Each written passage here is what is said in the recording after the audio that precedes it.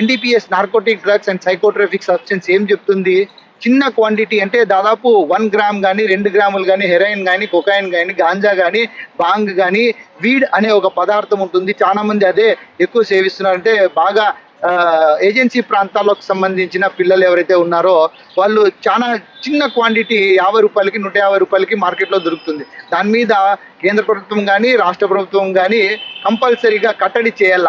ఎక్కడైతే ఉత్పత్తి తయారవుతుందో అక్కడ చాలా వరకు నిఘా నేత్రాలని పెట్టి అవి బయటికి రాకోకుండా చేసినప్పుడు మాత్రమే ఎరాడికేషన్ ఆఫ్ డ్రగ్ అనేది జరుగుతుంది. నా ఉద్దేశం ఏమంటే యూత్ అంతా కంపల్సరీగా డ్రగ్ ఫ్రీ ఇండియాని చూడాలా అనే కాన్సెప్ట్ని, ఎందుకంటే చైనా, జపాన్, ఇండోనేషియా ఈ చిన్న చిన్న దేశాలే చిన్న అభివృద్ధిలో ఉన్నాయి.